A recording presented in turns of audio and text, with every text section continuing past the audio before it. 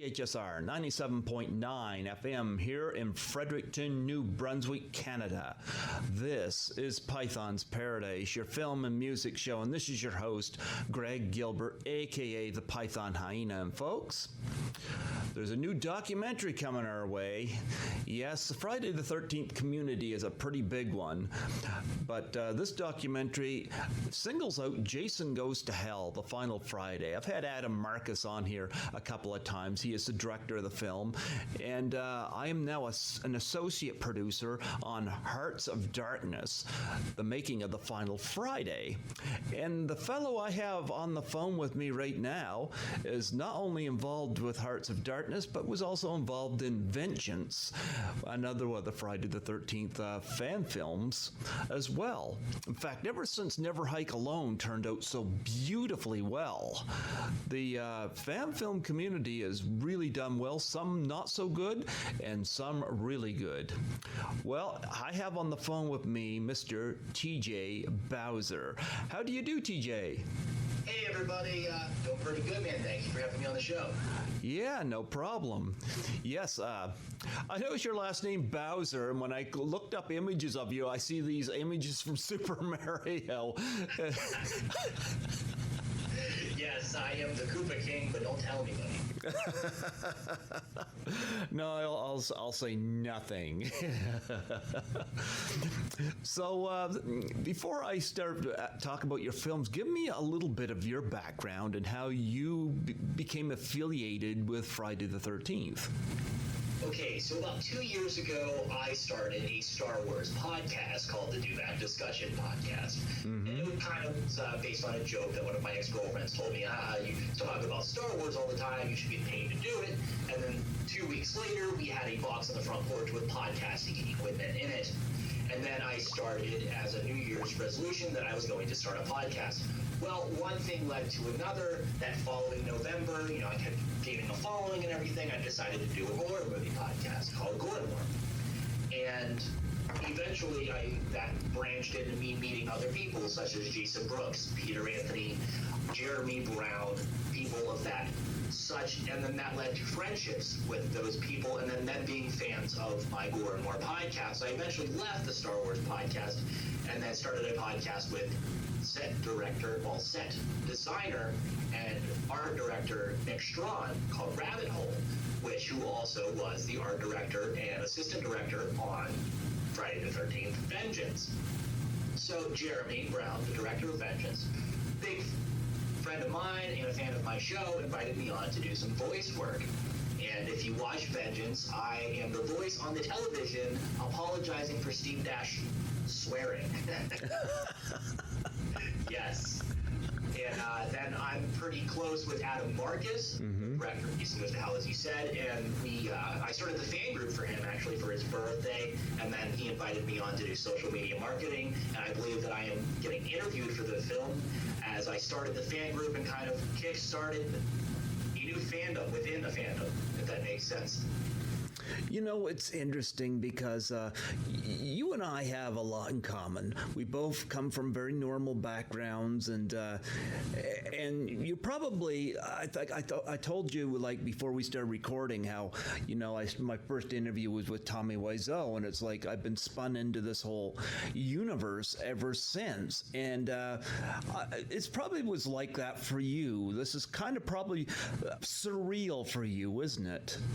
It's very surreal. I get to work with so many really cool people that I looked up to growing up with. Jason Goes to Hell was my first introduction to Jason Voorhees. So being able to work for and with Adam Marcus, on Hearts of Darkness, it's a dream come true. And then to be able to podcast with Nick Strawn, the guy that literally designed your nightmares, is just something that's just, you wake up every day and then, you get a call from somebody and you're like, what is my life now,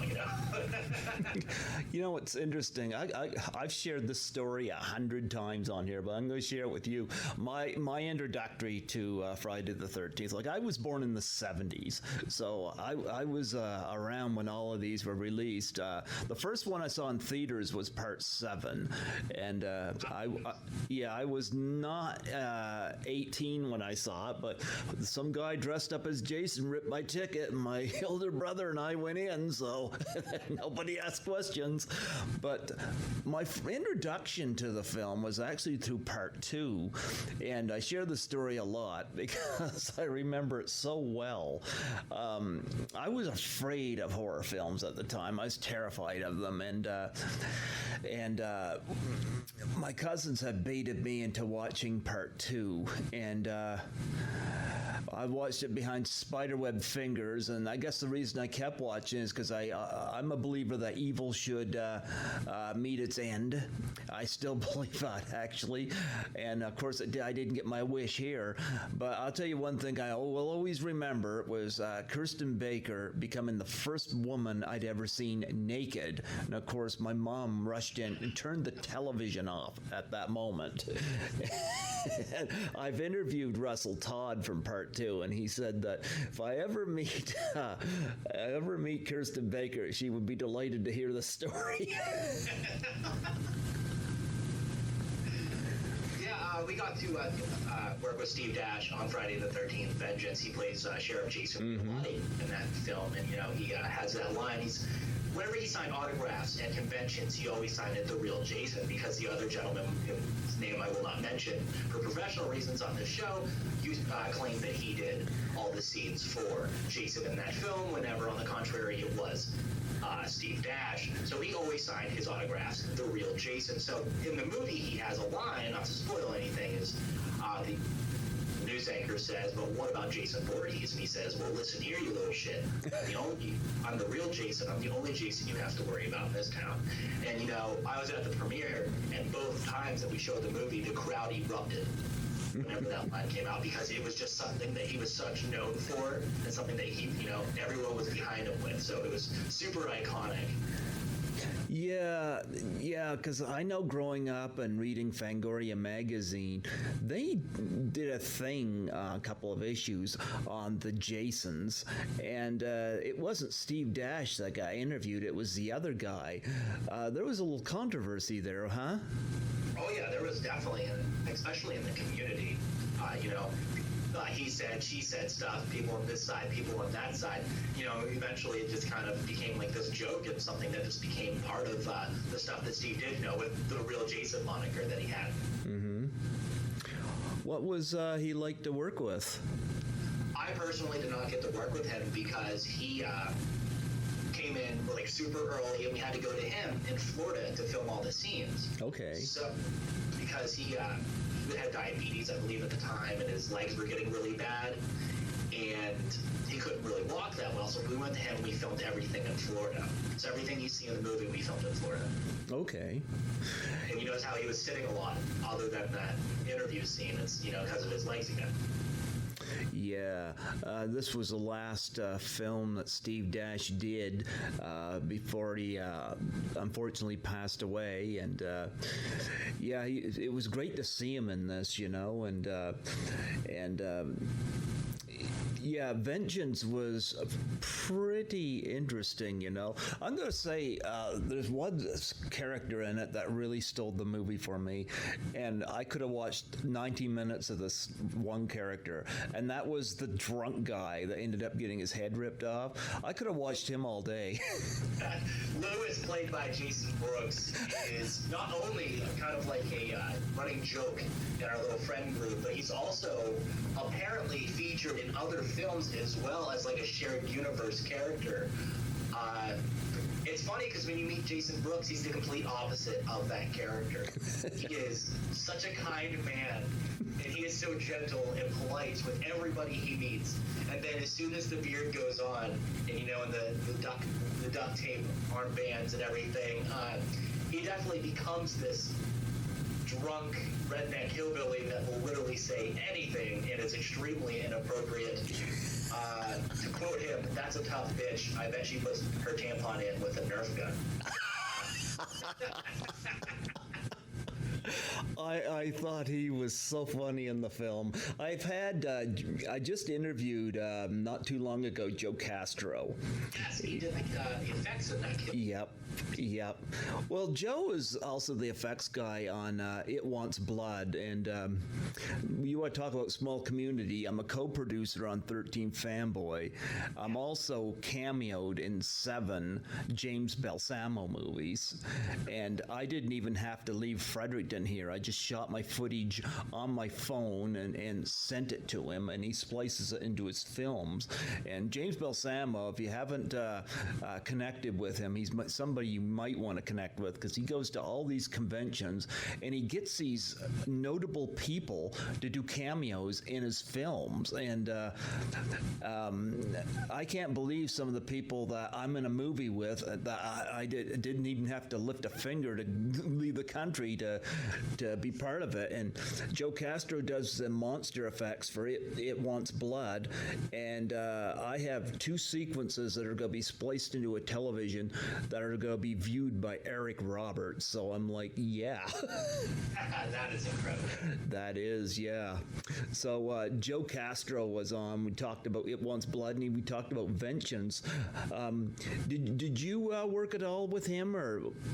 No, see, like I said earlier, I work with Mick Strawn, and I do podcasting with him, and he worked a lot with Joe Castro. I wasn't on set. I too, like you, I sent Jeremy a couple voice takes and stuff from my studio here at home, and then I got to meet some of the cast and crew, through the premiere and through different conventions and stuff, and kind of make my connections with them even furthermore that way. But Yep. I actually know Joe. I got to interview him not too long ago and film a form a rapport with him, and Mick actually did some of these special effects with him, or helped him with that actual kill with Lewis. Mm-hmm. Joe was kind of struggling because he originally wanted to pull out the rib cage along with the spinal cord and stuff, but that tended to be really troublesome. And Mick was kind of like, he's the special effects guy. I'm the art director. I'm going to sit over here. And he's seeing like Joe working on this. He's like, he walks over. Finally he's like, okay, I can't handle this anymore. I'm going to go help the guy. So he walks over and he's like, the spine's got to be dangly a little bit. He's like, okay. He's like, you got to cover it more gross stuff. So Joe goes over to and gets food and covers it and makes it even bloodier and gorier. And then that's what you finally see in the film is a culmination of Joe Castro and Mick Strawn's ideas perfected on film. And it's just incredible because it's such a unique kill. And it kind of ties itself to another film that Mick worked on, which is Mortal Kombat, because that's definitely a Mortal Kombat-esque kill. Okay. Yeah. And I was like, man, they they killed that character off too soon. Hey there, Mickey Mars. Right. It's a really good character. It's a very fun film, and he definitely alleviates some of the more gore-intensive scenes. I'll tell you one issue I did have with the film, and see if you can elaborate on this, because I really like the idea that they had some family of some of the previous either victims or survivors in it. And I thought that was a great idea until they ended up getting offed. And I'm like, I would have done a little more with them, as opposed to kind of throw them away. Do you kind of do you agree with that or disagree? What's your take? This film focuses on the Jarvis family, Tommy Jarvis and his daughters, more importantly, and kind of revolves around them. So yeah, I can kind of see where you're at from there. Mm-hmm. But this takes place after part 6, and these people, they just kind of show you there to be we're in universe, we're in Crystal Lake, Forest Green, whatever you want to call it, whatever incarnation of Crystal Lake this is. They're kind of there to add to the lore and add to the the feeling that this is Crystal Lake, this is that same community that you remember from part 6 and the previous entries into the series. Okay. So I think it wasn't really a problem offing them, as the film focused more about the Jarvis girls and then their battle with Jason and Elias Voorhees. Yeah, I might have featured them in another movie later or something like that. Yeah, I don't think even a prequel. Yeah. possibilities are endless, especially in the fan film realm. Yeah. But I will admit, I did like the humor in it. Not just Jason Brooks, but even the the tour guide people were pretty funny too. Oh yes, very like some of that awkward humor, but kind of like very realistic type humor as well. Stuff that you would witness in real life interactions with people. Yeah, and of course C.J. Graham playing Elias Voorhees. You know, I've never had C.J. on here yet. You know, I've had Ted White on a couple times, and I've had Vincent DeSante and but Ted White was my only Jason of the main films. But C.J. Graham as Elias Voorhees. Now, of course, it was hinted in the Simon Hawke book that I guess that when Tom McLaughlin made Jason Lives, Elias Voorhees was supposed to be in that, and the caregiver was supposed to be the one caring for his grave, and I guess I think it was Frank Mancuso Jr. didn't want to go that route, so the caregiver and the gravedigger and the two on the motorcycle ended up being added as extra kills. Yes. Yeah. Yeah, I've had Tom McLaughlin on here a couple times, and he talked about that because he said he had 13 kills. Like, why more, you know? And it's interesting because one of the things I loved in Vengeance was the recreation of that opening sequence from the original Friday the 13th. How did they manage to do that so accurately? So, what we did was that we built one cabin for the entire movie. Now, it doesn't seem that way, because inside that cabin are different rooms and compartments where you're just seeing an angle or a corner of one room. So pretty much a lot of the sets that you see on Vengeance is inside that cabin. And what we did was we built something as close as we could to that original, that opening scene of the original Friday. So we found the guitar, the same model and everything. We made the shirts, and all that stuff, and we matched it up the best we could for the shot for shot, and kind of, retconned and explained ourselves and kind of patched in some of those holes in the Fridays franchise that were just kind of left open. Well, here's a question here. Like, I was a little surprised because when people watch the original Friday the 13th, they come to the ending, they're thinking that those two were killed by Mrs. Voorhees. Why did they decide to go with Elias Voorhees on those initial two kills? Okay, so look at it this way. The entire movie is a guessing game of who's the killer. Mm-hmm.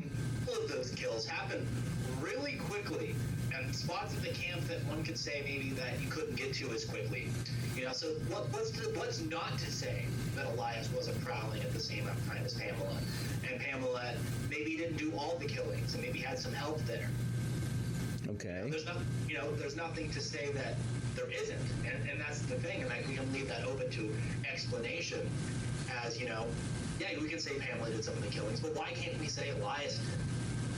Why can't we build on that more? Why can't we expand on some of this stuff? Well, one of the things I found interesting is the killing of the Deborah Hayes character.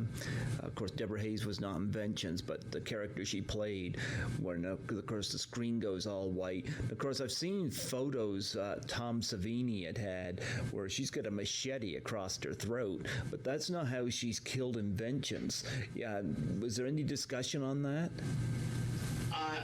I can't really expand on that, as I was not on set for that. That would have to be a Jason Brooks question. Okay. Yes, but they just did what they could with what they had and tried to, like I said, try to recreate the feeling of that first film.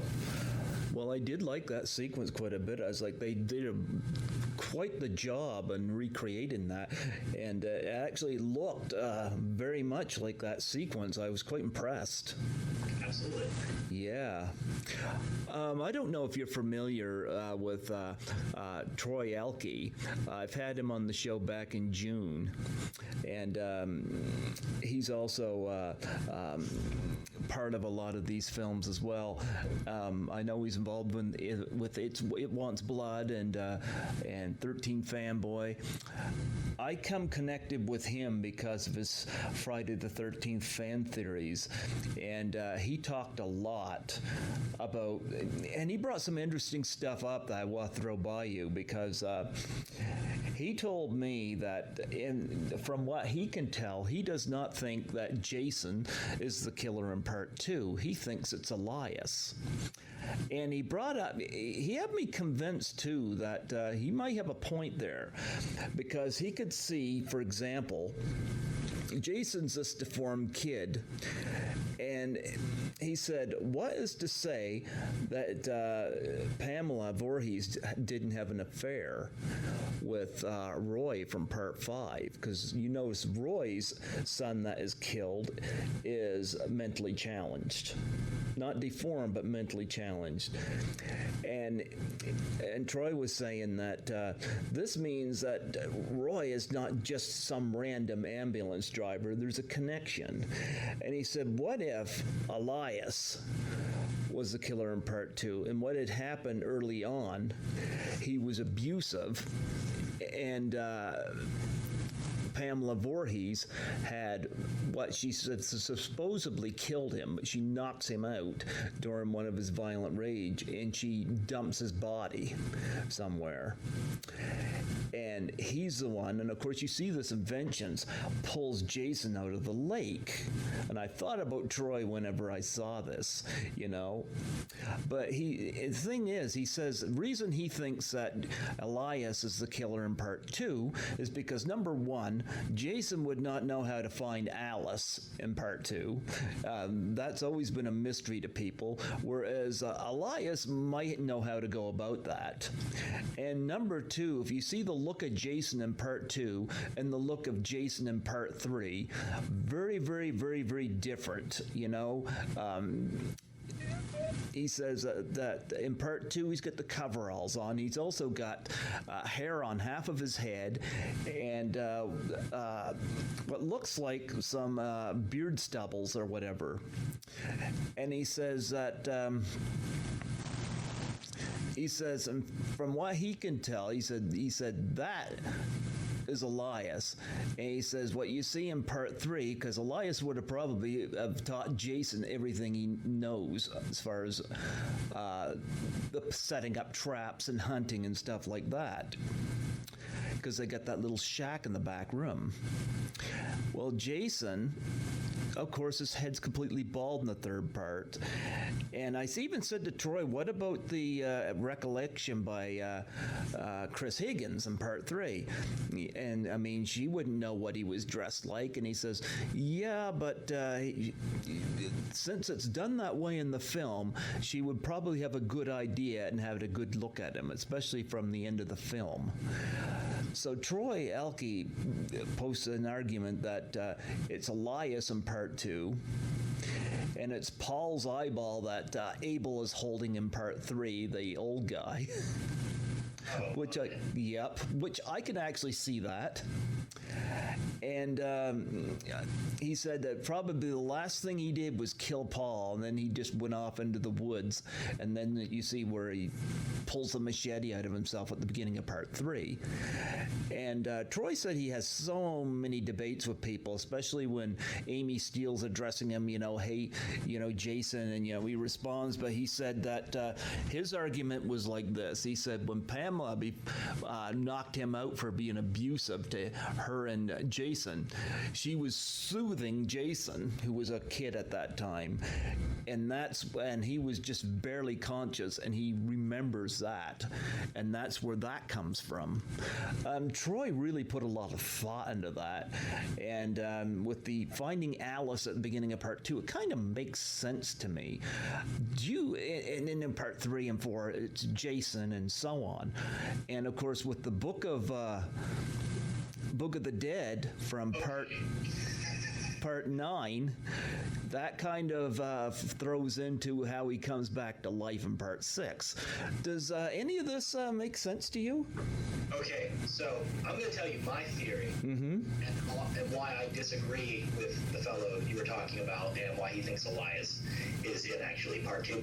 So I am in the firm and small group of people that believe that Jason Voorhees is a form of Deadite, as I am friends with Adam Marcus, and with hearing his explanation and then having him also explain in Vengeance as a Deadite, not only can explain him in part 6, but can also explain him in previous films, and I will explain to you why. Okay. So, in Evil Dead lore, which Adam then connected to the franchise, there is Deadites, and there's many forms of Deadites, as I have a Necronomicon prop, and there are very many passages in there. So, within Evil Dead lore, Deadites possess people, and so on and so forth. The Book of the Dead has the power to do all sorts of things. And now we see the Evil Dead franchise, we see the serious Deadites, and then we see the joke, the less serious Deadites in Evil Dead 2, Army of Darkness, and then, the television series. So that's just one form of Deadite that happens to follow Ash Williams. Okay. I think, that book is big. So there's many different, daggers, Voorhees dagger, the dagger we see in the Evil Dead films. There's different, parts to the Necronomicon. So what's not to say that, okay, Vengeance is concurrent with canon. And Elias finds the body of his son at the bottom of the lake, uses the Necronomicon to raise him. Mm-hmm. Okay, for one, that could explain literally how he comes back. That could explain why his look changes from film to film, because what if he is a Deadite and it's his body getting more and more grotesque as time goes on? Okay. Okay, so he's killed, well, what seems to be killed in part 2. So what if they just put him out of commission, and then the electric jolt brings him back to life, kind of brings back Deadite Jason? So what if Jason is just another form of Deadite? And that explains why it's so crazy and random, these films start to become, and it kind of explains everything, because, there's no rules, there's no limitations to Deadites. So they can pop up anywhere at any time, looking at anyhow they want. The Creepshow crate is also in Jason Goes to Hell. I did not know this, but Troy pointed it out, and I mentioned it to Adam Marcus, so that's also an interesting tie-in. Yes, as well, the Evil Dead tie-in, the Nightmare on Elm Street, the Creepshow. Adam, really established a horror multiverse before it was cool in Marvel films to establish, a universe. So, if you kind of take Jason Goes to Hell as a standout film and not try to connect it directly to the Friday franchise and see it more as that, shared universe film, it's pretty damn incredible, and he achieved something very special with that. Yeah, I never hated Jason Goes to Hell. In fact, personally, I think the worst of the franchise was Jason X, and even I can laugh at that film, But I was talking to Adam Marcus, and I've had him on here a couple times. By the way, love Secret Santa. I gotta say that. Have you seen that yet? Yes, it's an excellent film. Yes, I loved it. Loved Deborah Sullivan in it as well. Yes, wonderful film. Number one, I love the opening of Jason Goes to Hell. I thought that was brilliant. Of course, Julie Michaels is very easy on the eyes. So, but I thought that opening sequence was brilliant. I got to say that right off the mark. Yep. As a child, it definitely established that Jason character, brought him on really strong so early on. It was like, boom, this is a Friday movie, and then we're going to shut it down. Well, you know what? A lot of controversy arrived, especially through fans, over Jason Takes Manhattan. And I've interviewed a few people from Jason Takes Manhattan, I love Peter Mark Richmond, who played the professor. He's been on here a couple times, and I think in many ways he is a scene stealer in that movie. But I am going to say this. I hated the ending of Jason Takes Manhattan. That confused the hell out of so many people. And even Adam said that Sean S. Cunningham wasn't even impressed with Jason Takes Manhattan. And I can't really fault Rob Hedden here because he was backed against the wall in terms of budget and didn't get the chance to make the film that he wanted to make. And in fact, I would like to see somebody, instead of reboot Friday the 13th, why not do a reboot of Jason Takes Manhattan and do the movie that they originally wanted to make? That's what I would like to see. I think that's the weakest film. And with also that being said, they did have a budget of $5.5 million. And I guess it's just how you spend it, because I think Adam maybe had half of that. And you can see the film and the amount of quality that you got from Jason Goes to Hell. Adam only had half of that, really? I think he only had 2.5, but I'll have to go look at. Oh, wow, I didn't know that. Yeah. Because that film looks way, way bigger budget. Don't fact check. But I'm pretty sure he only had half the budget for that film, and he did a lot more than just that. Yeah, he had $3 million. So he had pretty much half the budget, and he managed to do what he did with Jason Goes to Hell. Oh, I'm impressed. A lot of it was that budget was used for those Manhattan scenes. And a lot of it had to go to that insane marketing Yeah. they had for that film. And then, the marketing had to get forced to be changed because they heavily advertised New York, and New York was like, no with the serial killer thing. Wow. So you gotta think, that movie's kind of like an anomaly, as in, it's the end of the franchise. It's the last Paramount movie, and I think it's the weakest story-wise. And it takes Jason and literally reverts him back to child form. Yeah, that never made sense to me either. Either I kind of find more closure with Jason Goes to Hell than I do Jason Takes Manhattan. I agree. And by the way, I don't understand these people. They'll watch the first 8, I'm like, I wouldn't want to end on Jason Takes Manhattan, so I kind of continue on with Jason Goes to Hell, I struggle with Jason X, mind you, but because you'd think that was a comedy with the amount of people laughing through that movie whenever I saw it, but nonetheless,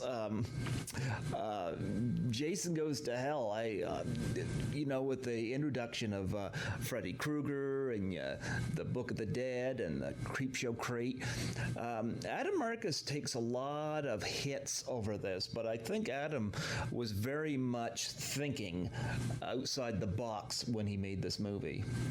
He was, and 23-year-old, for one, why the fuck did Sean Cunningham think that was a good idea?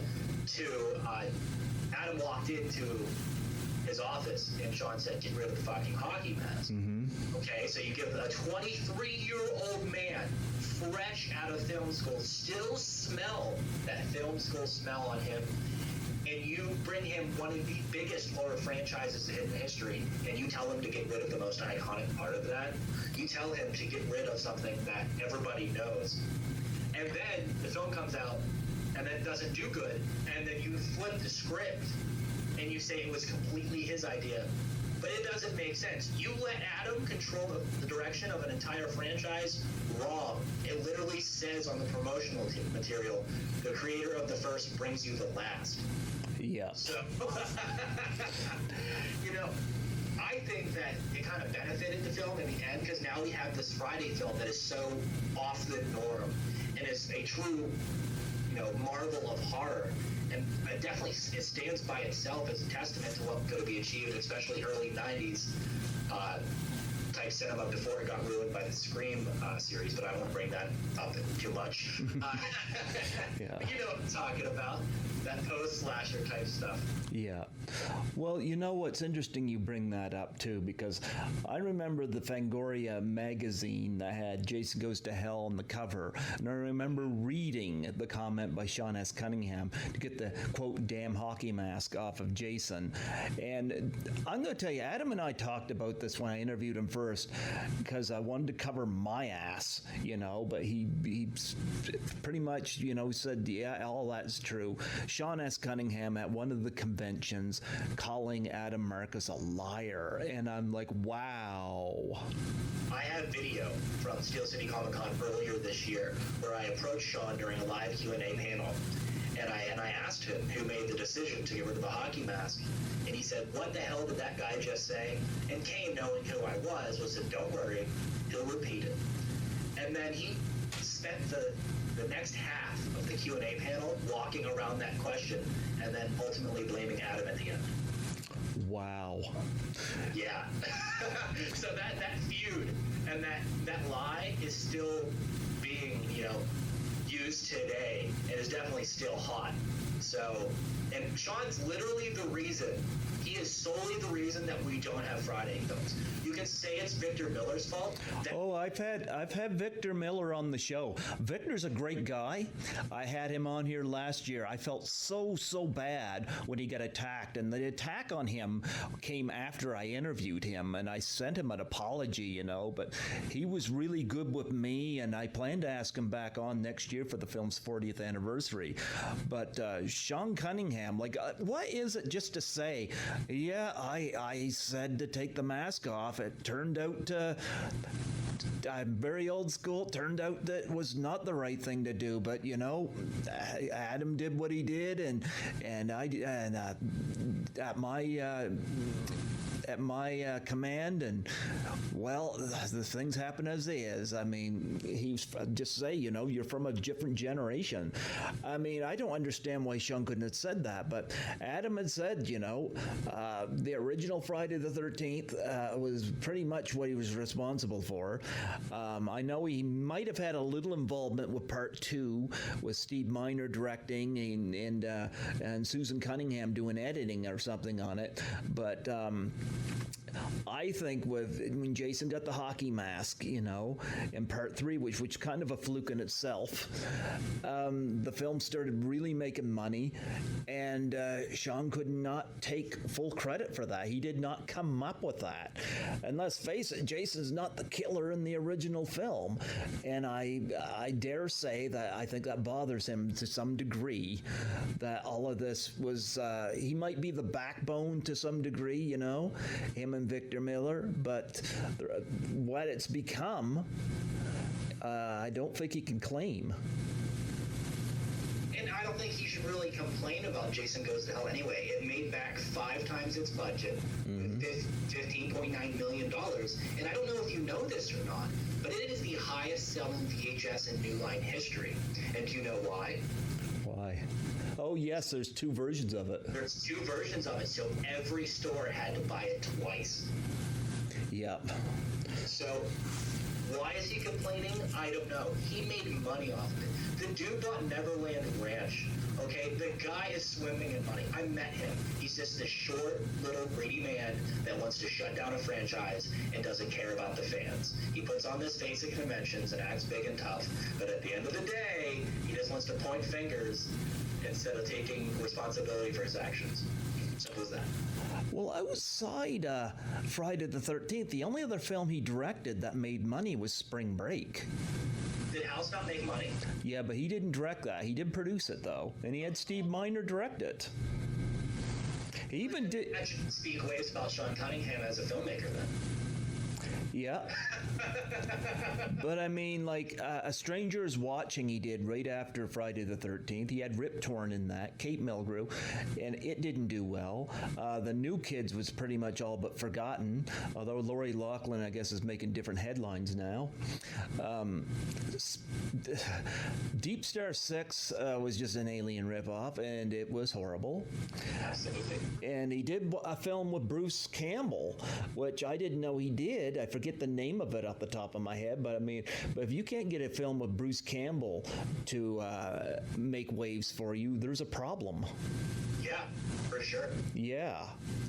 So I don't know the story there, and I'm really sad that Adam is taking what he has. I like why Sean would do this, because it is greed, and it's I don't know what Sean thinks of Never Hike Alone inventions, because I tell you, fans have certainly opened up a chance for people to have something new. Have you heard anything about Sean's thoughts on these?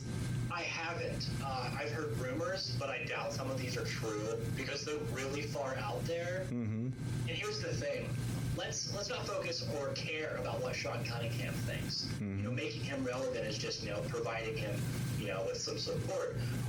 The guy is single-handedly responsible for shutting down a friggin' franchise that has been iconic for decades, okay?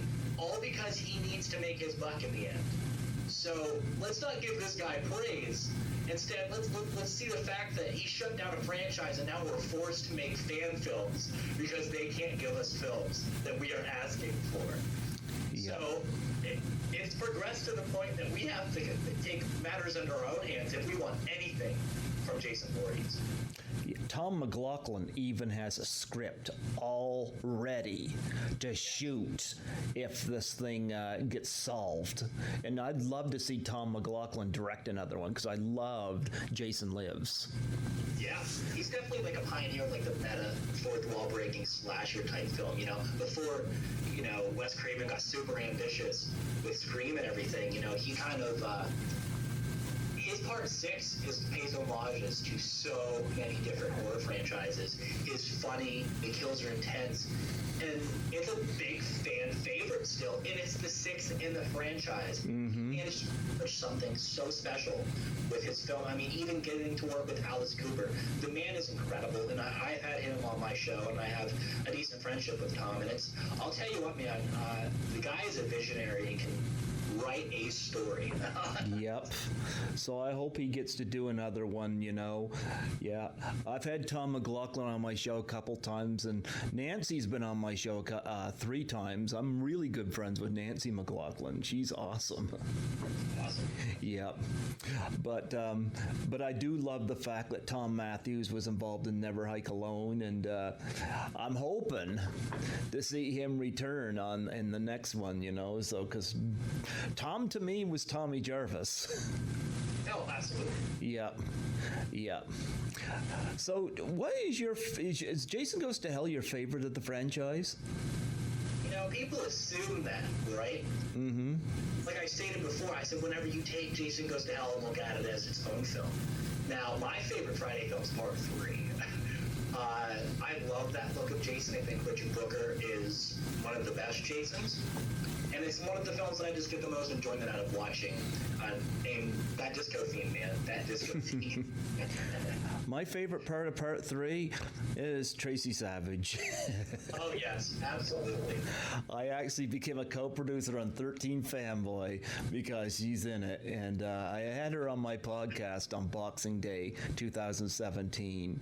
And after having a snowstorm Christmas Day and everything getting canceled, it was awesome to talk to Tracy to make up for it, and yeah, I had a big crush on Tracy in that film. I wish, and she and I joked about this, why isn't her unborn kid part of the death toll in that film? Exactly. Then we'll fall into the political realm. And then it will go into a spiral of shit show that we can't control. That's why we don't count it. Can't you see a Family Guy episode like Stewie Griffin being the unborn kid? Give me my damn credit. Yeah, I don't know what my favorite is. I'm leaning towards the final chapter. Ted White was my favorite Jason, and it had really great characters in it. In fact, between Part 4 and Part 6, I think they had, and even Part 9 had some really good, well-written characters. Oh yeah, and some of the best kills in gore are Part 9. Yeah. But Part 4, I think a lot of it was the atmosphere for me.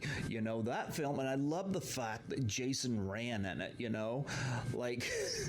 Oh, yes, the whole atmosphere of Part 4. Extra titties. Mm-hmm. Super dark film. Yep. The kills, all of them, memorable. You can think of all of them. There's like, it's that film where you can imagine scenes and you can close your eyes and think of each scene from that film because it's so memorable and so well shot. And, having Corey Feldman in the mix, a huge part of the 80s and pop culture, is just absolutely insane. And, also having Glover in there, that helps to that as well. And, yep. A lot of people, if you say, hey, what's your favorite Friday film? Part 4, Part 6, all the time. Yeah. Well, somebody had mentioned on one of these internet shows that, when it comes to Halloween, the original is often the favorite. It's mine as well. He said when it comes to Nightmare on Elm Street, often the favorite is the original.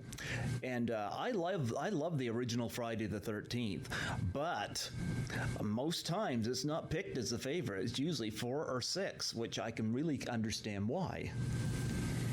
Oh, I personally, you mentioned other franchises. When it comes to Nightmare on Elm Street, I'm not even that big on the first one. I'd rather watch 3 and 4 back to back, and then that's my Nightmare on Elm Street. And then, with the Halloween, I grew up in the 90s, so H2O is like my introduction to Michael Myers. So I'm all about that. And, with Jason films, each film is so vastly different. Mm-hmm. And after the 4th one, they really each film takes a kind of a universe of its own and tells a vastly different story. So I think that's why it's easier for people to pick different Jason films, is because of how different they are. But they also, kind of the same. It's weird because the Friday fans are so different than any other fans, Nightmare fans or Halloween fans. Yeah. So you get to ask Sean a question at this event. You didn't go up to him and get his autograph or anything? No. Like I said, I don't really pay the guy much of attention. Now, he did come to my booth. We had a big Jason is Dead 2-for-1 burger sale sign, and he asked me, what's that from? And my partner goes, well, that's from Jason Goes to Hell. He's like, I didn't care much for that film. And then he goes over and looks at our blown up head prop. And he's like, well, what's that from? He's like, well, that's the same film. He's like, oh, okay. And he walked away. So he knew about our presence there, but he kind of denounces his affiliation with that film at all. And then being forced to answer that question in front of a live audience, he was, forced to walk around that question, and ended up taking up, like I said, half the time of the actual panel. Well, I love the fact that Kane Hodder had said what he did. I never saw this. Oh, okay. If you go on our group, the Jason Goes to Hell, the Final Fan group. Okay. If you type in Corey Kaufman and go back to August of this year, he posted the video, and you can see me ask the question in the panel, and then you can see everyone's reaction. And you can even hear Kane say, "Don't worry, you'll ask again," because all weekend I kept having fun with Kane and got to ask him a bunch of questions, and we had to sign a bunch of weird Jason Goes to Hell stuff. So he was like, "Okay, let's do this, and then whenever I asked that question, he knew what was going on, and Sean just, we kind of attacked him from the blind side of him, really, because he wasn't prepared.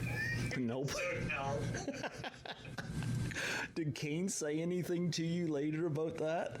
Kane, no, not afterwards. He didn't say a word. But whenever Sean was talking, he would enforce the things that he was saying, but never talked badly about Adam. Not one time, and not even a speck of leading onto it. So he's mastered the art of talking around that subject, and I think he does it on purpose. Wow.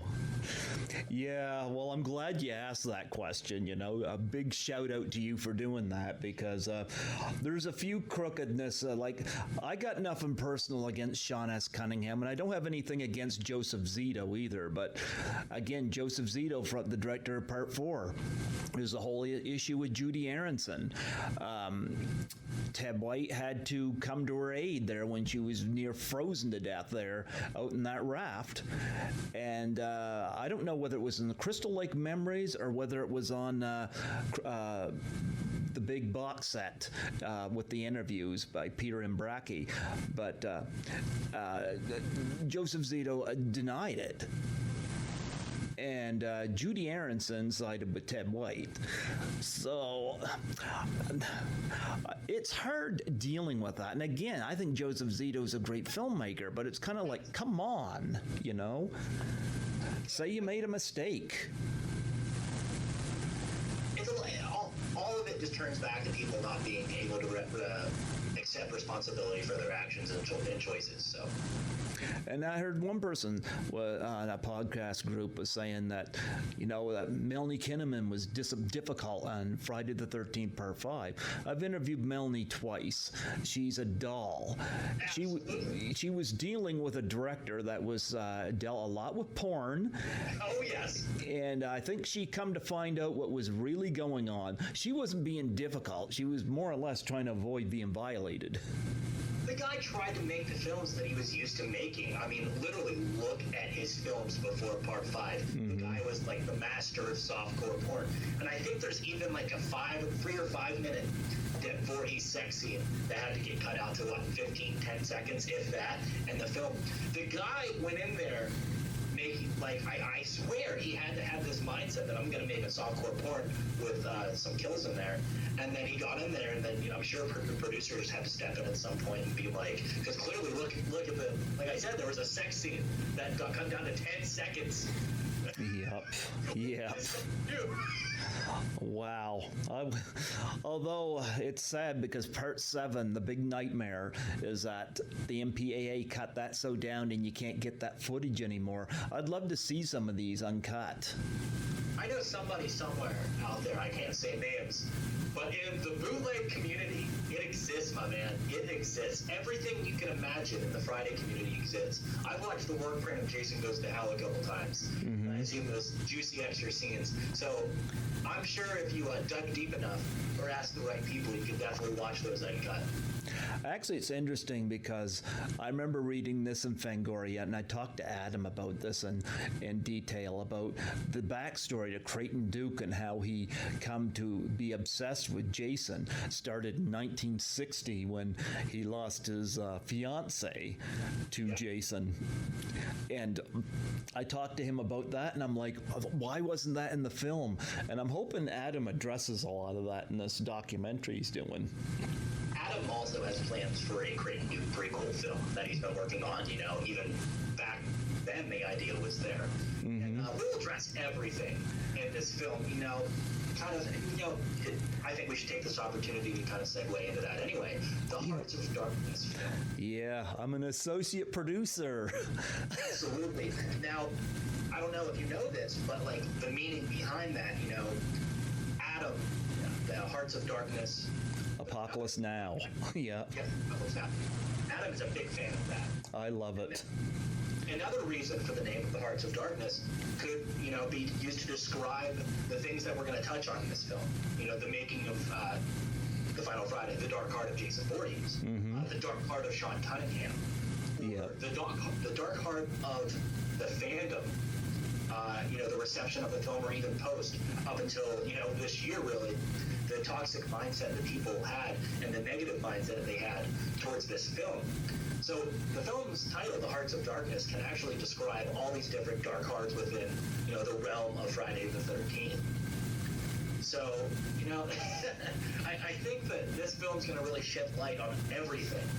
From the making of the film, where you will have all these questions asked, and we have perks in the Indiegogo campaign where you can submit them directly to be answered in the film. So this is literally to answer all of your guys' questions and then some, because it's all about providing knowledge, providing those Friday fans the knowledge of why this film was made the way it was, what decisions were made, who made those decisions, who were responsible for those decisions, and then what were the consequences and the results of those decisions made.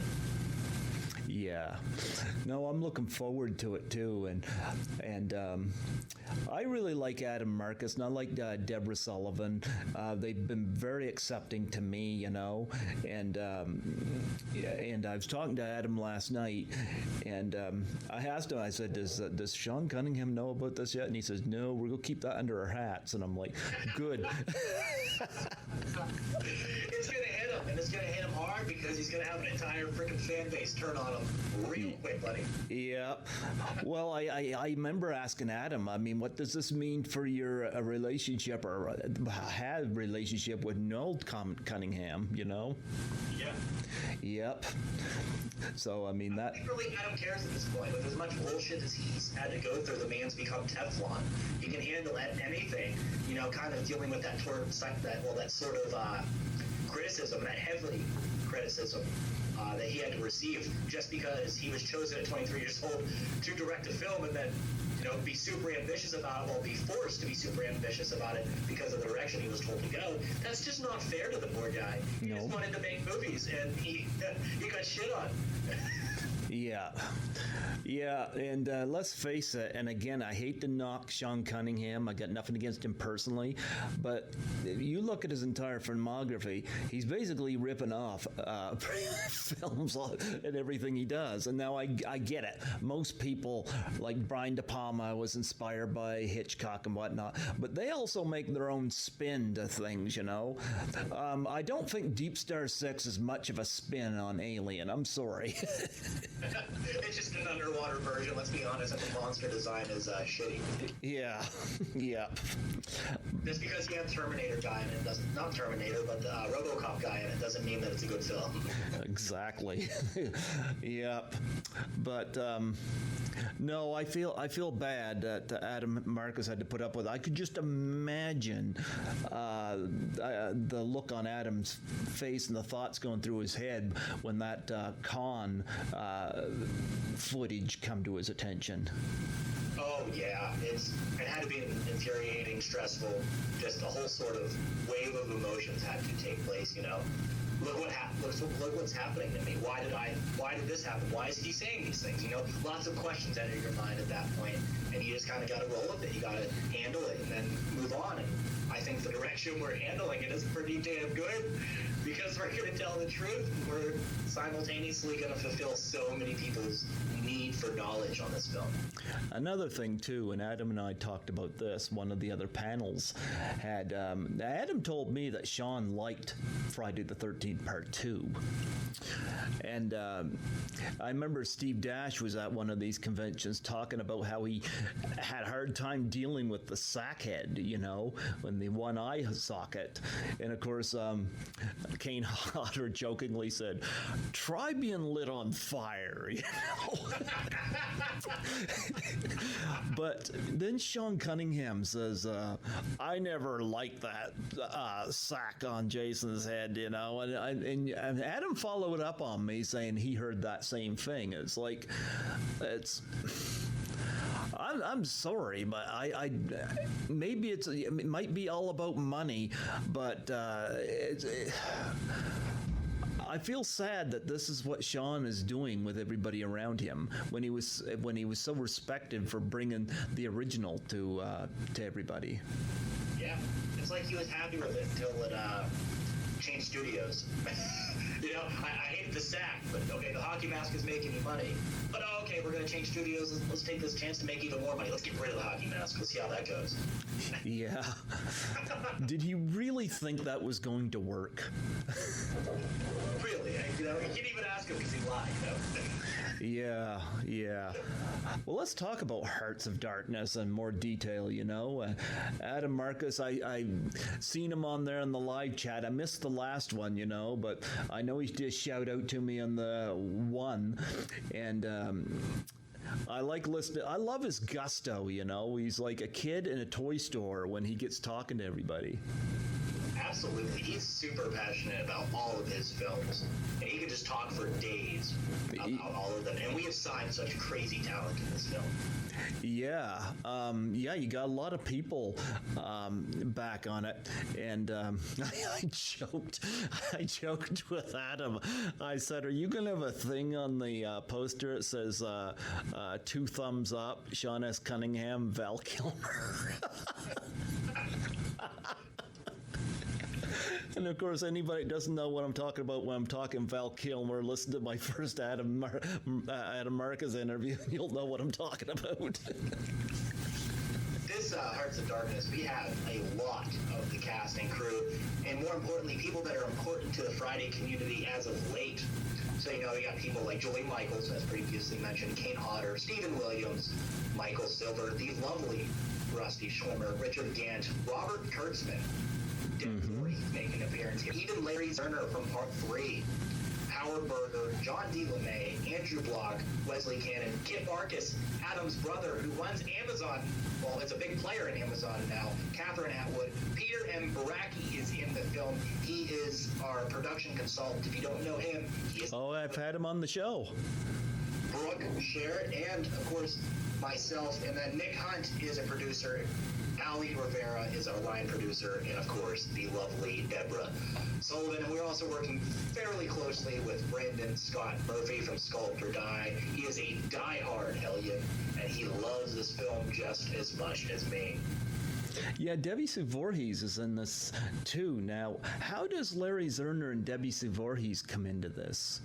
I know they're part, yeah. Here, our community, and we work a lot with 13 Fanboy, and a lot of 13 Fanboy's promotional team made their way underneath me and Ali for this film. So we've been directing the same people who made 13 Fanboy happen, helping you make Hearts of Darkness happen. So, you know, Larry coming in to offer that legal aspect of the film, and, you know, Deb swooping in to talk about more about the community and stuff. Okay.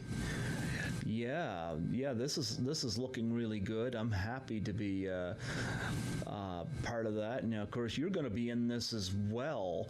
What are you doing in this film? It just says you're playing yourself. Yeah, so there is, it was presented to me. Adam asked me about this whenever he first hired me onto the film. You know, I am doing all the social media marketing. I'm responsible for a lot of these crazy perks that keep popping up here. Okay. Jason is dead, 2-for-1 burger sale banner. I saw that. Yeah. I got some crazy stuff still coming for you guys, but Adam asked me to be interviewed in the film.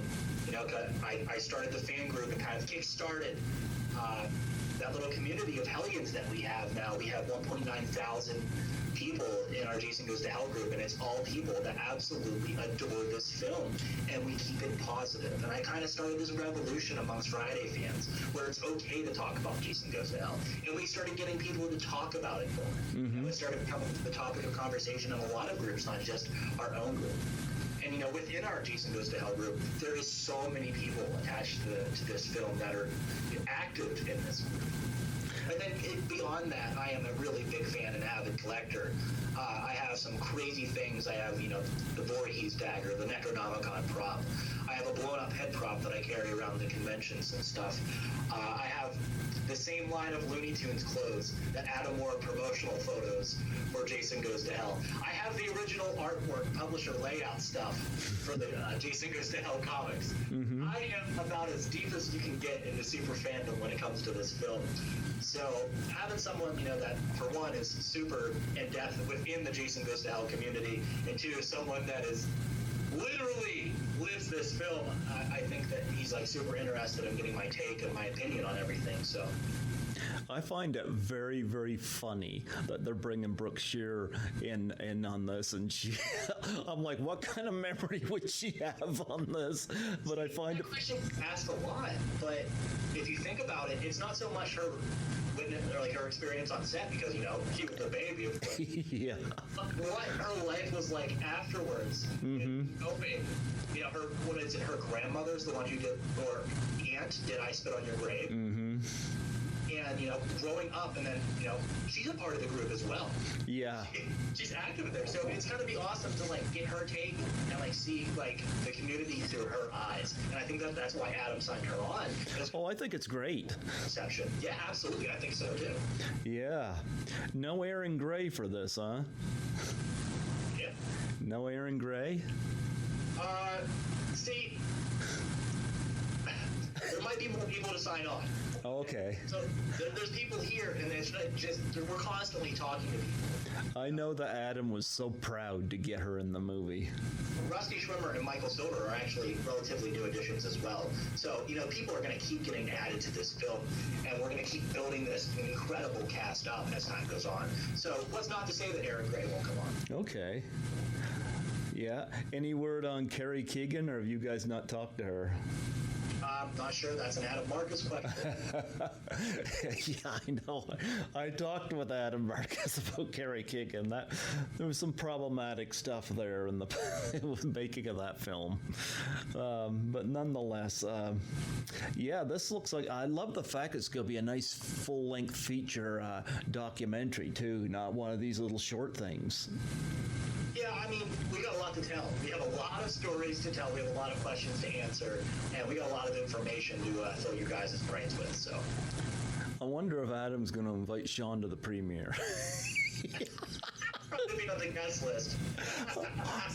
I had Adam Marcus and Stitches talking to him about this. I said, will you ever think a thumbs up? Send him a copy. Oh my goodness. Well, I'll deliver it to his house.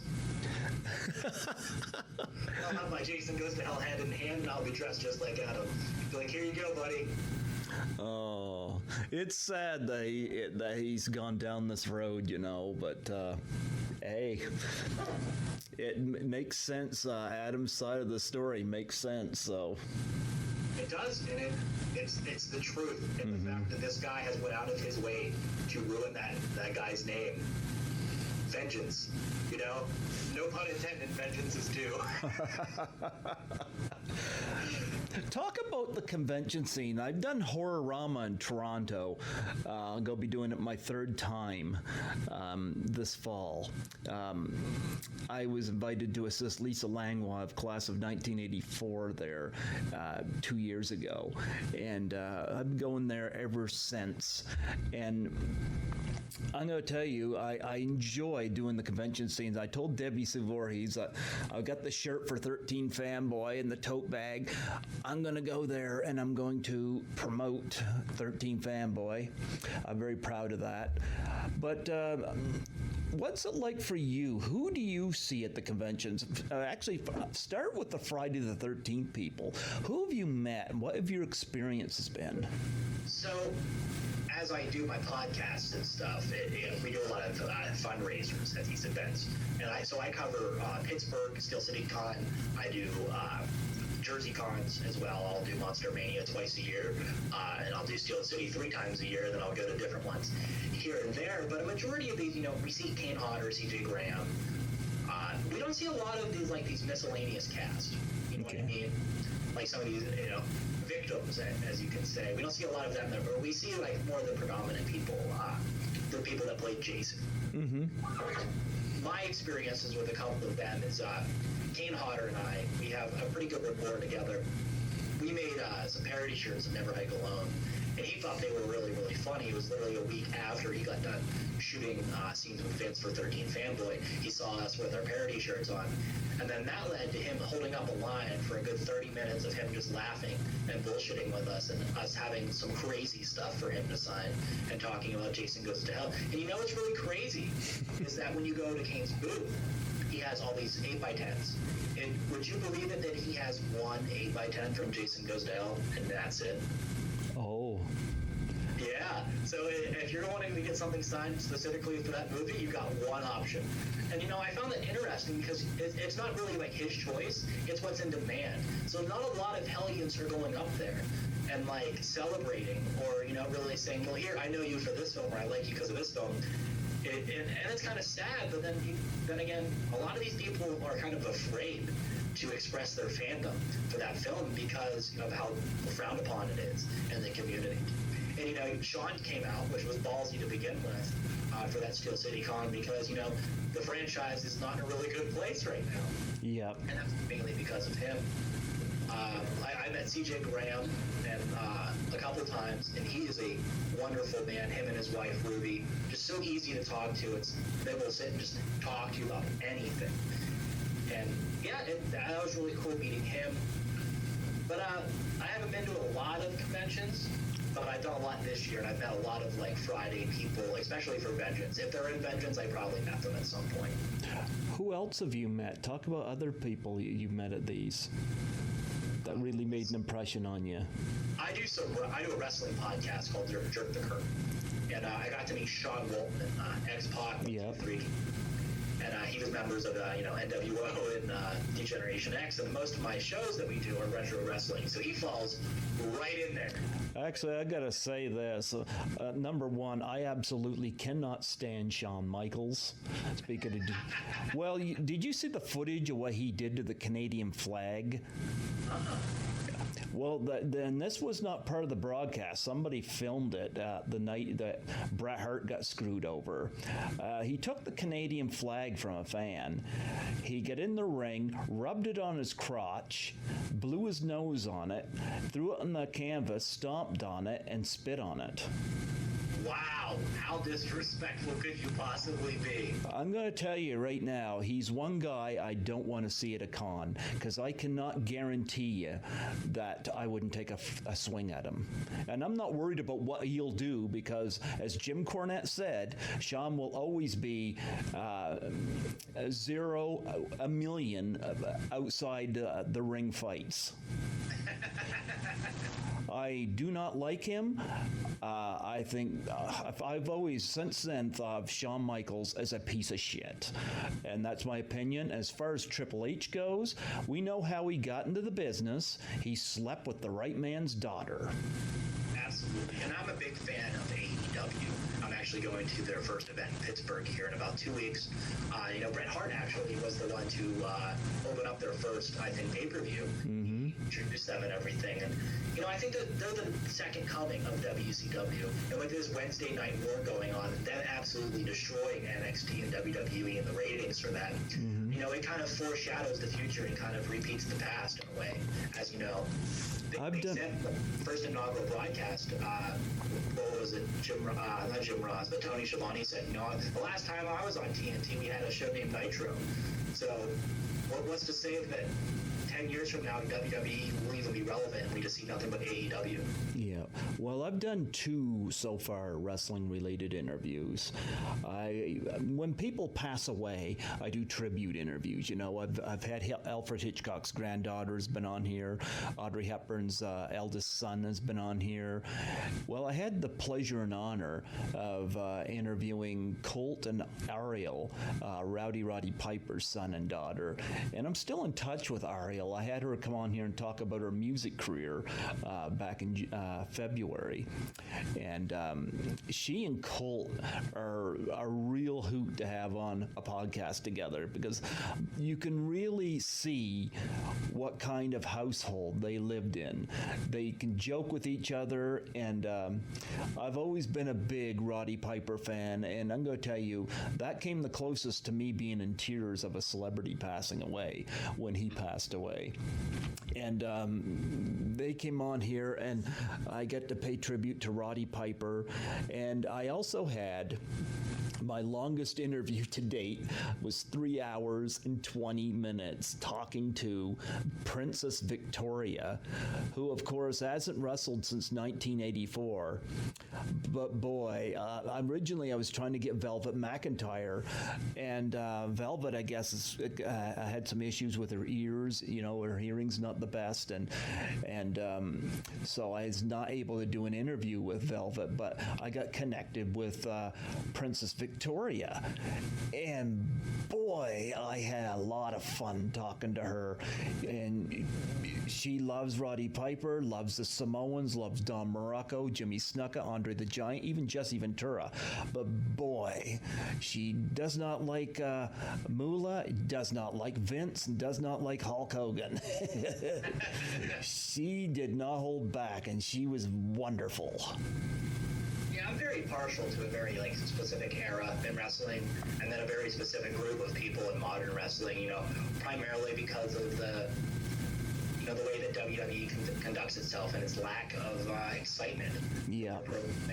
So it kind of drives fans like myself and a majority of others to the arms of let's say AEW, and we see what they're doing, and we see how fast they're growing and how successful they are, and the caliber of talent that they have on board. And it just kind of blows my mind that they were able to do that and sell out every damn show.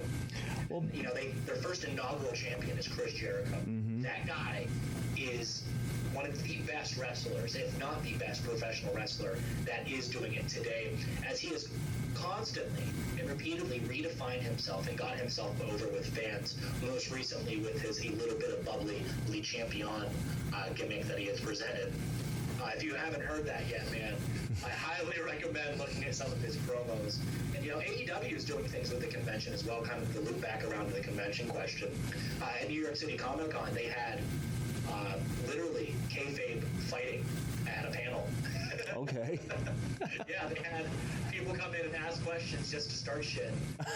And they had MJF, one of Cody Rhodes' friends, come in and ask Chris Jericho a question, then insult him, and then take off like this facial covering he had. And it erupted. The whole room erupted with people going after each other. And even as far as Chris Jericho carrying kayfabe into social media marketing, like there was a picture of him like walking through one of these stadiums that they had AEW at, and they had a stand-up of Cody Rhodes standing there, and it was a selfie of Chris Jericho standing there just flipping off the stand-up, and he's just having a feud with him currently. So it's like they're taking this let the wrestlers control the storyline arc and pushing it to the max. I mean, whenever kayfabe becomes social media and you're doing videos regularly as to entice and taunt your future opponents, it's entertaining as listeners and as watchers of this hobby or professional wrestling as a whole. And it's very refreshing to see something so like cool and interesting, especially with a promotion like this that is so new. Well, I know Ariel's supposed to be at an LA Comic Con or a con of some sort, so because I've been sharing that on Facebook. I don't know. To me, WrestleMania 3 has never been top for a WrestleMania, in my opinion. I loved it. I grew up in that era. I think Bruno Sammartino was the best champion they ever had. Hulk Hogan can sulk about that all he wants. But Bruno didn't have to juice up to get over. He was already over. And again, no steroids. I'm sorry, but Ricky the Dragon Steamboat was a better worker than Hulk Hogan. I know what Vince was laying emphasis on. Yeah. Jake the Snake Roberts was another favorite of mine. He kind of screwed himself up there in the end, but got himself cleaned up. But I always was bothered that they never put the IC title on Jake the Snake, because a lot of the people they're putting titles on today, you don't remember. Who's your favorite WCW champion? I didn't really watch a lot of that. I know Ric Flair was somebody that always appealed, but he appeals in so many ways,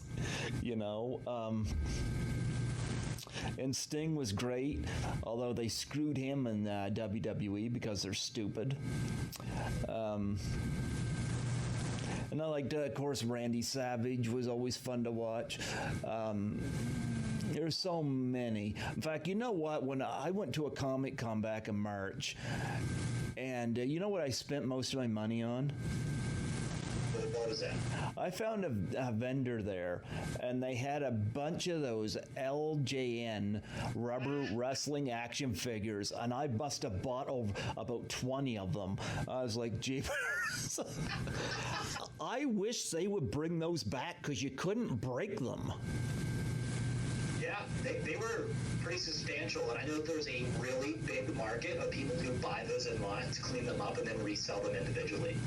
Yeah, well, I got a bunch. I think what they should do is they should do them again. I think every one of them should have the pose that Hulk Hogan had, because that way you got the arms and the legs out where you could use them, and even though it's in-action figure, you can still formulate some moves with that particular pose. Yes. Yep. Because I know Ravishing Rick Rude, they gave him like the worst pose for the figure, like if you're going to play with those things, I'm not saying I do, but they should have it in a way where the arms and the legs are articulate in a way that you can combat, Yeah. I completely agree. I'm a pretty avid action figure collector myself, more so Star Wars collecting, which is a rabbit hole in and of itself. But there's definitely been a huge change in action figures in most recent years, and they're definitely not like they used to be. And private collectors have eaten up a lot of these different items. You know what I can't find? Toxic Crusader toys. Toxic Crusaders, okay. I can't find a single one. Like, I found one in package in a con, but they had one. They had one. One. In the whole convention, they had one person had one figure, and it was in box, and they wanted a ton of money for it. Wow. Yeah. So just goes to show that, sometimes collecting and sometimes these old things you could think that are complete garbage are worth a ton of money. I think they wanted $85 for a boxed figure, and it was one, and it wasn't even like one of the popular ones. Well, I'm going to tell you, I've got a big bag of those LJN figures home, and like I said, I wish they would bring those back. I still think they would sell, especially to collectors, but I think they should start even putting the new ones in it. But I did discover this. My cat loves George the Animal Steel. I'll stand it there, and my cat will rub against my LGN George the Animal Steel figure. Then I stuck Brutus Beefcake in front of him, and he just shunned him. Okay. Shunned Brutus Beefcake, loves George the Animal Steel, and loves Ricky the Dragon Steamboat. Oh, God. So your cat's very selective. Well, I think he likes the fact that Steamboat's got the kind of claw-looking hand, so he rubs against it and gets a scratch. But he'll rub against George the Animal Steel, and I'm like, I kind of get it. It's George, but still. Yeah. But I think it's funny. He just shunned Brutus Beefcake. I think that's funny. Your cat's a good judge of character and wrestler. I got him very good in mint condition, Brutus Beefcake, I'll say that. Brutus took a big fall when it's discovered that a lot of people have accused him of kind of going on the coattails of Hulk Hogan, but I think the Dream Team, I don't think that was Hogan's idea, and I think he worked well there, and the barber gimmick did get over, but what can I say? Do you have any of the LGMs? No, I don't do wrestling figures. Like I said, mostly Star Wars, and I do a couple NECA figures here and there. I do have a really cool Sideshow Collectibles Jason Goes to Hell figure in box that Adam actually helped, which I think he actually helped design. Oh. Yes, a lot of people have them, and I haven't seen a single person post about them on the group yet, other than myself. So, you know what I want to find, and I just noticed they got posted, and I think Melanie Kinnaman was the first one to post about it. Was the heroines? Oh, like they make little figures. Well, they had them dolls of them. It looked like Barbie dolls. They had, Adrienne King had the head and had her little raincoat, and Amy Steele, and they had Melanie Kinnaman, of course, had the pink sweater. It's like Barbies almost. Yeah. So I think somebody made a Diana one as well. They posted it in the group on the Jason Goes to Hell. Oh, there you go. Yeah, dude. So we need to find these people. I think it's on an Etsy. Actually, I'm going to tell you, my favorite part of the Friday the 13th films, suffice to say, are the females. Because usually there's a female in every one of them. I can meet Kelly Hugh from Part 8. I forgot to mention that. Oh, yeah? Yeah, and she talked a lot about her kill in there, and she definitely embraces the film still. Yeah, so talking about some of these girls in the film, she is a doll to me in real life, and she loves talking shopping, so. Okay. Is there any of the women in these films you had a crush on growing up? This is a good one. Julie Michaels, of course. Yeah. She's a favorite.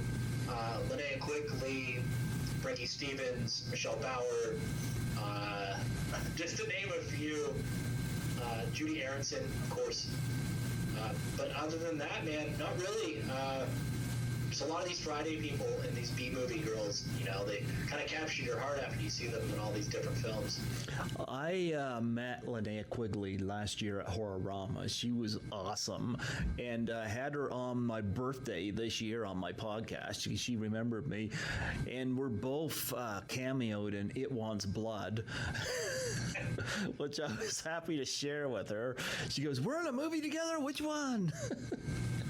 There's a meme going around right now of Linnea bent over in Night of the Demons, and it's, if you recognize this ass, then you're a fan of 80s horror. It's like, it's so true, though. Yeah.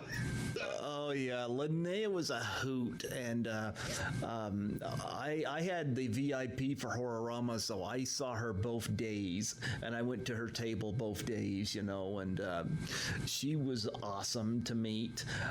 Judy Aronson, I have not been able to get her on the show, despite huge endorsements by Ted White.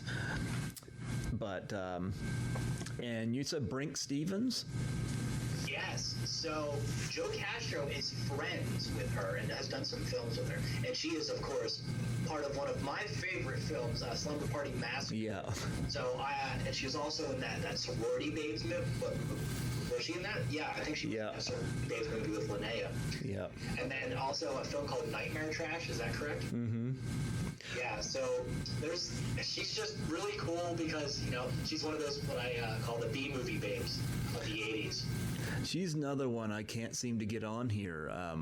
I heard from somebody who represents her that she's not good with podcasts, and even talking to James Balsamo, because she's also in It Wants Blood, he said he always gets people to just ad-lib, but for her, he had to write out stuff for her because he said she wasn't an ad-libber, so he wrote out a scene for her. So, wow. I would have loved to have gotten her on here. I don't hold it against her. I get it, but it's understandable. Not everybody has that talking ability, and if she needs direction, but hell, she's a damn good actress. So yeah. So Hearts of Darkness, that's going to be released next year? Yeah, we're going to try to finish it up next year for sure. Wow. So, I noticed that Adam's putting a lot more perks up and stuff, and I love just watching everybody come together and comment this and comment that, and I usually try to throw a funny comment out here and there, but the other night I just kind of listened to him and watched everybody come on there, and I loved hearing him announce when the chrome masks were selling and the Freddy gloves were selling, It's just interesting to sit there and watch this go on, Absolutely. It's definitely like, since we formed the Hellions and we formed the group and, we really started shedding light on this film, and then moving on to the Indiegogo documentary, we started to see a lot more support and a lot of people that are into this, Jason Goes to Hell subculture that we've created. Mm-hmm. And it's awesome to see so many people that are just also fans of this film and that are willing to support us and really believes in this film. It's great. It's humbling, to say the least. And those live streams are excellent. And man, we have some really cool perks coming your way. I know that myself has donated 2 things that'll be coming your way. One, you could probably guess because of my most recent post, but another one, you guys aren't ready for it. Okay. Have you met Adam in person yet? I have not. He is one elusive man. That is planned probably for next year at some point. I can tell you one thing, it's going to be a hell of a moment in my life because I work with this man so closely every day, and I talk to him every day, but I never met him in person. Well, one of the things I did, I donated and I became associate producer. Adam said he's getting himself and Deborah Sullivan and the people from his film class to do the Doubtfire Face Challenge for suicide and depression awareness, which is a challenge I've thrown out to a lot of my guests. And Lisa Langlois has done it. Nancy McLaughlin did it in front of props from Jason Lives, which was cool. Yep. It was kind of a take on the Ice Bucket Challenge. This one here is for suicide and depression. It involves taking a pie in the face, and you nominate 3 people, and I'm trying to get the industry involved. And Adam Marcus said he's going to... I've been trying to get Adrienne King to do it, and I know Adrienne said she would do it, but it's been kind of a while, so I think Adam said he's going to give her a little nudge in that direction, because she's been nominated by me and Scotty, and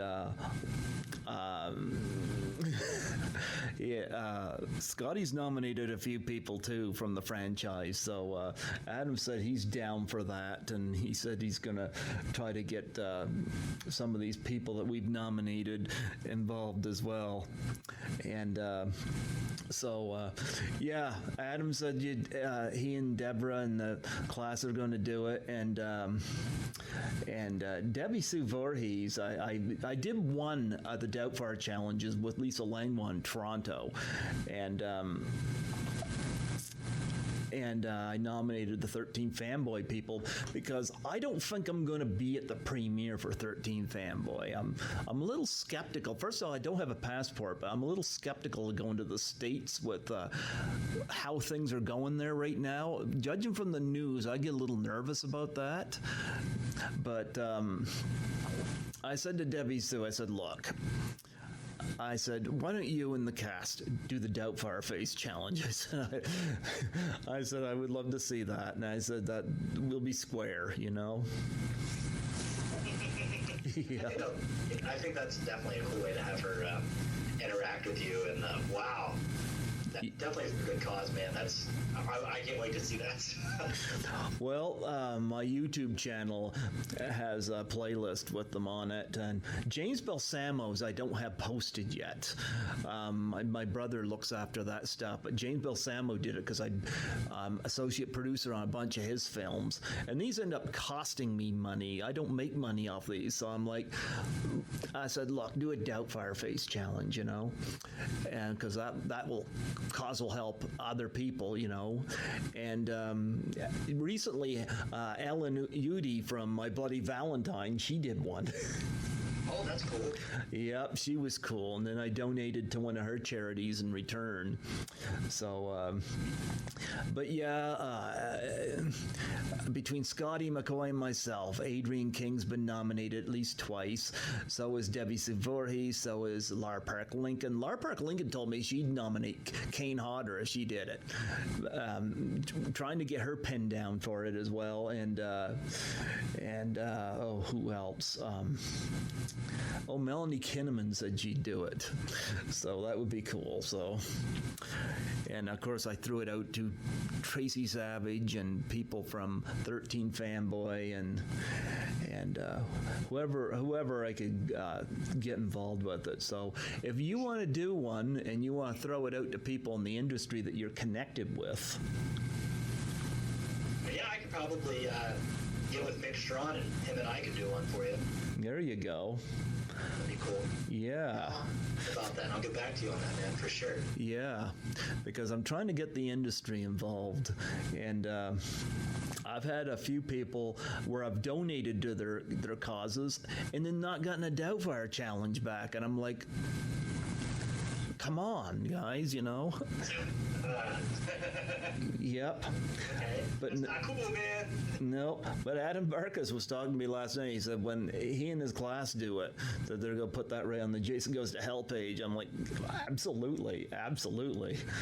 Yeah, and he said he'd do a special nomination of Adrienne King and Debbie Sue Voorhees and people like that as well. Try to get them roped in.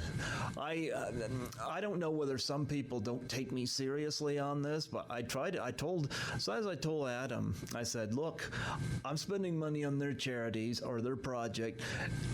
There's not one bit of money coming in my pocket over the Doubtfire Face Challenge. I said, it's pretty much costing them nothing more than the purchase of pie. and filming it. Yep. So that's the thing on that. But I thought I'd bring that up because Adam said he's going to get a bunch of people involved in that. So how much is left to do with Hearts of Darkness? We just got to do the Indiegogo.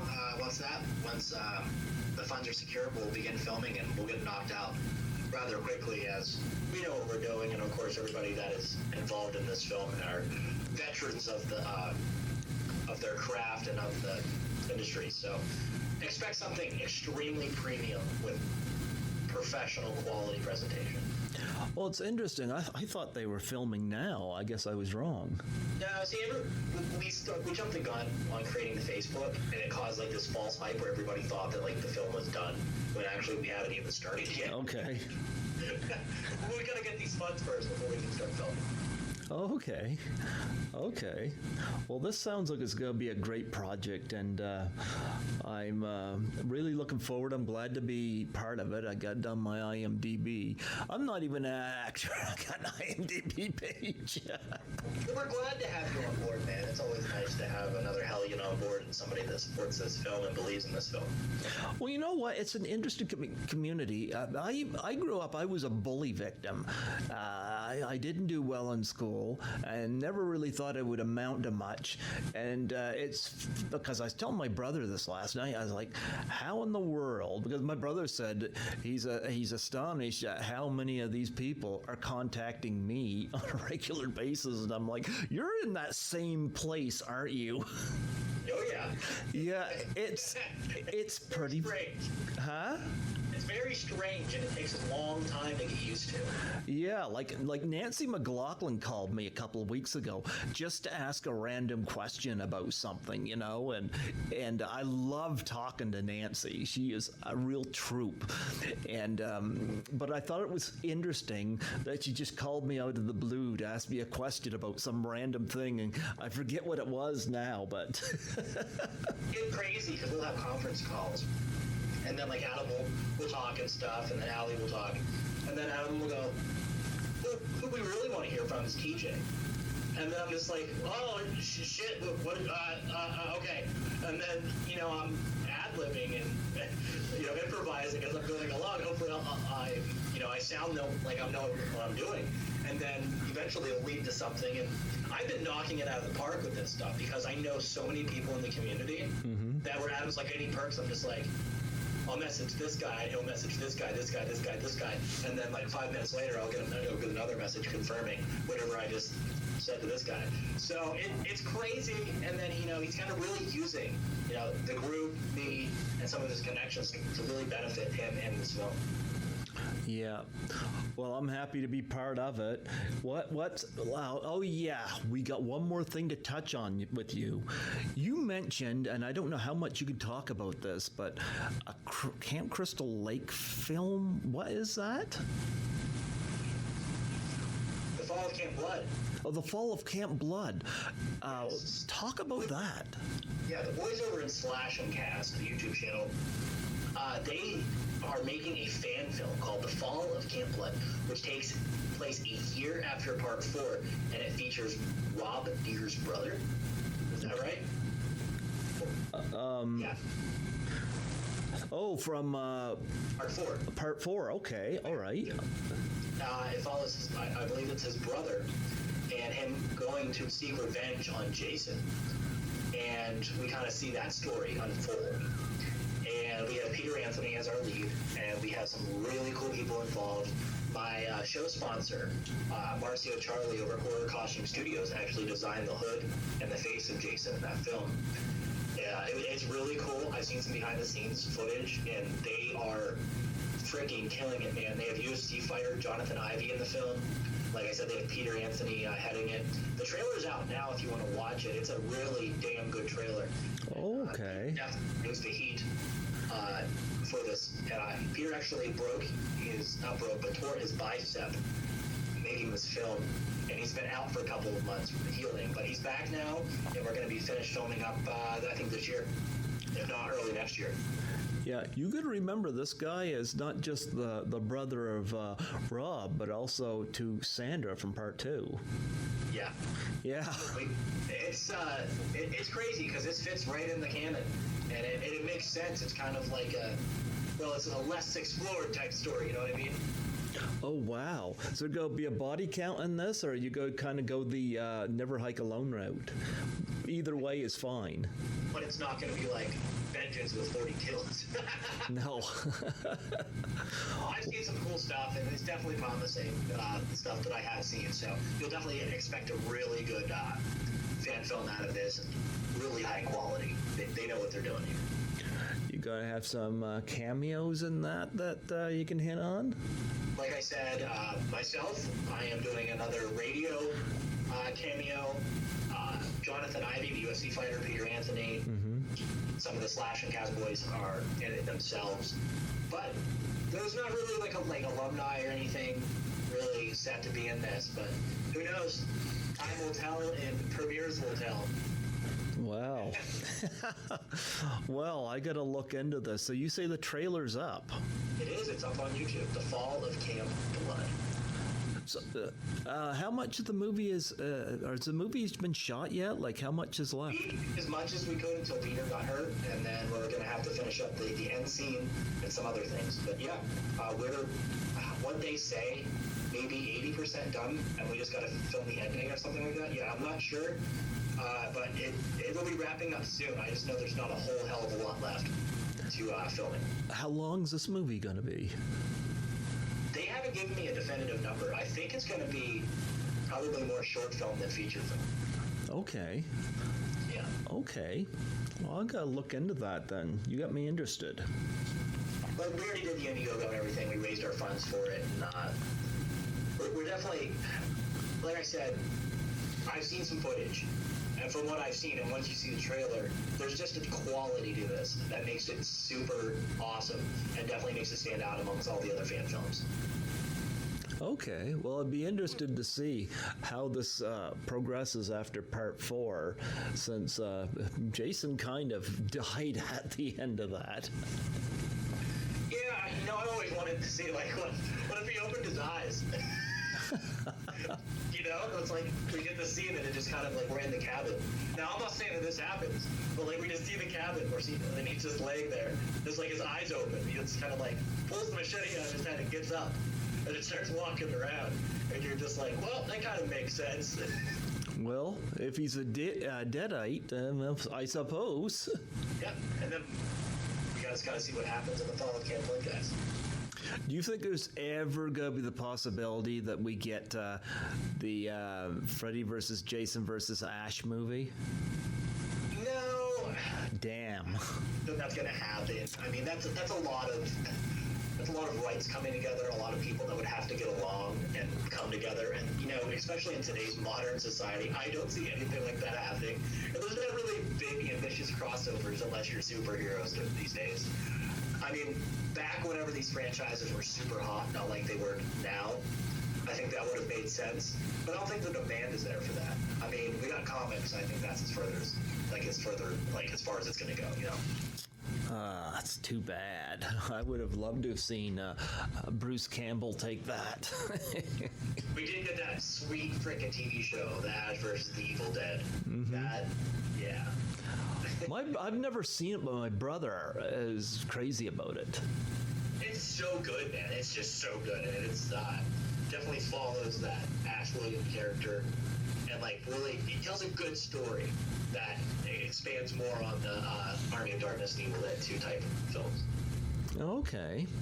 Have you met Bruce Campbell? I have not met Bruce Campbell, but I know that the guy that plays Pedro on that show, the Ash vs. Evil Dead, is a fan of Vengeance. Oh, nice. Nice. Well, you know what, TJ? It was wonderful having you come on here today and talk about this. This kind of just landed on me all of a sudden, I didn't expect to have you on, but I got that Facebook message from you, and I just kind of thought, This guy has inventions. He's involved with Hearts of Darkness. Let's have another interview today. I'm open to that. Absolutely. Thank you for having me on. It was a very tremendous opportunity, and I appreciate you taking your time out of day to hear me talk about Jason Goes to Hell and Friday the 13th. You know what? I had a lot of fun having you on, and I look forward to reminiscing with you on Facebook, and I love this little community, and yeah, and we're both part of Hearts of Darkness. That's pretty cool on its own. Absolutely, man. Hell, yeah. A big old hellions, yeah. Yeah. Well, before I let you go, actually, before I even go for a plug, do you got any charities that you want to recommend, and you got a web page that you want to plug on here? I should let you do that. We mostly deal Dewback Discussion Network, which is my company that I run, the podcast network. DewbackDiscussion.net, newly redone DewbackDiscussion.net. We do a lot of charity work with Shriners Children's Hospital. Mm-hmm. So if I would have to recommend one, definitely go to Shriners Children's. But okay. We do the podcast network over at Dewback Discussion. We have 8 shows on there now and a YouTube channel. Just head on over to that. You can find all of our shows. You can listen to all of our shows. And of course, all of our shows are on iTunes, Spotify, and Google Play. So. Okay. Well, before I let you go, I'd love to get a plug for my show. Yeah, I'll do my best. So this is TJ Bowser from the Gordomore Podcast and the Hearts of Darkness, the making of the Final Friday. And you are listening to Greg the Python Gilbert on Python's Paradise in New Brunswick, Canada. Absolutely. You got it. That was great. Thank you. Boy, most people have to write it down, but you pretty much winged that very well. I'm used to reading scripts. Well, there you go. There you go. Well, Adam Marcus was editing last night when I was talking to him, so you're reading scripts and he's editing. Yes, Dan Germans made him edit Secret Santa so it can fit into their market. Yes, he was talking about that. Yeah, I love Secret Santa. So that tree topper kill, legendary. Yes. Oh, Michelle Allaire. I got to get her on here at some point and talk to her about that, because I love it when she dukes it out. Oh my God. It's a great film, and I think everybody should check it out. I think it's over on VOD, and if you message Adam directly, he can send you a physical copy. Oh, I've got it. I've got the Blu-ray. Yep. Oh, absolutely. I wish that film had have gotten proper respect in theaters, because I've seen some really shitty horror films. Why not Secret Santa? It was really friggin' good. It makes sense, though, because that would mean actually releasing a movie that's good, and I don't think Hollywood does that. Hollywood has a big problem. Well, I'm going to be looking forward to seeing what comes up with Hearts of Darkness and seeing what road this goes down, and watching Adam Marcus just entertain us with his live chats with us. Those were always nice to watch. Yeah. Absolutely, man. Yeah. Yeah, just stay tuned to that stuff, and you go still running, and donate if you can. Well, you have yourself a wonderful day, and God bless you, man. You too. Thanks, man. Yep, no problem. You take care.